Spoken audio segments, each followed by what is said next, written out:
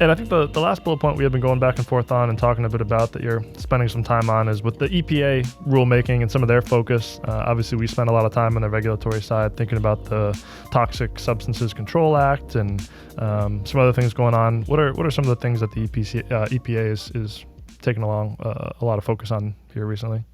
Yeah, they're involved in several areas. I said kind of overall, I'll just mention and actually the whole government is focused on climate change and environmental justice.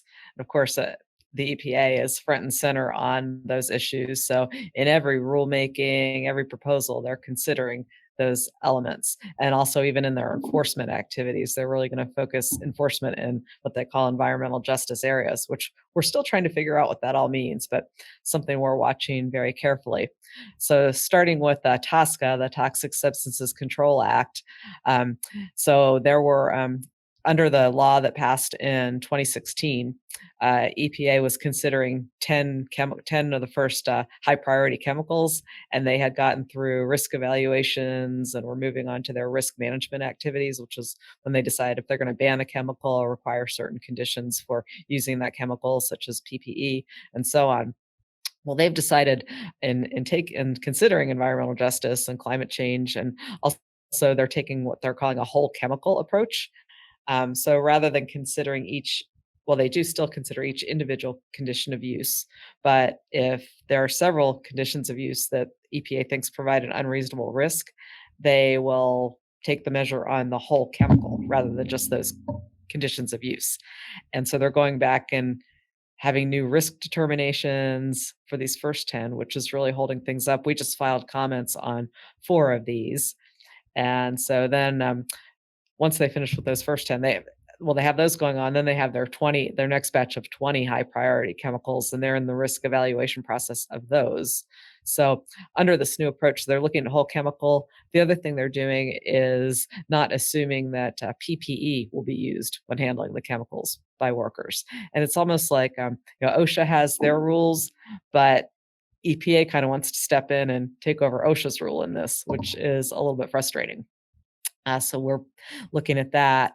The other big news out of TSCA is that the 2016 law gave them authority to impose fees on industry for all the risk evaluation activities and new chemical applications and pretty much all those things. And they had proposed some pretty substantial fees a while back. And then the agency decided, well, these aren't high enough because Congress gave us the authority to recoup 25% of our fees, and we need this money. So we're expecting in the next month or two to see a supplemental notice that's going to increase these fees even higher.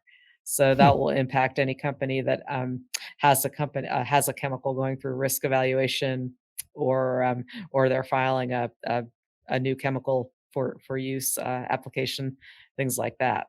So that's another concern. Interesting. Yeah, definitely. Yeah. And then kind of that's the chemical side of EPA. And then moving over to kind of the facility environmental side, they have a couple of big proposals out. Just on Friday, they released a proposal to update the risk management program, which is their regulation that requires companies with certain highly hazardous chemicals to develop worst case scenarios in case there's a chemical release and develop plans to prevent and mitigate those damages. Really good, strong, robust regulation. But EPA wants to update this and make it even more robust. So they introduced a proposed rule, pre-publication version on Friday. So we're in the process of going through that. But it's just one of these things. Why mess with a rule that is perfectly good rule, very effective? So we'll definitely be commenting on that one. We also recently filed comments on another proposal they had out to kind of establish a similar program to look at water releases. RMP is air releases, but apparently under the Clean Water Act, according to some environmental groups who filed suit a couple of years ago, EPA was supposed to have done this for water releases too. So they released a proposal in earlier this spring to do that, and it was really convoluted, unclear, all sorts of questions, a lot of concerns in there. So we filed very extensive comments on that one as well. Seems to be a bit of a common theme, huh?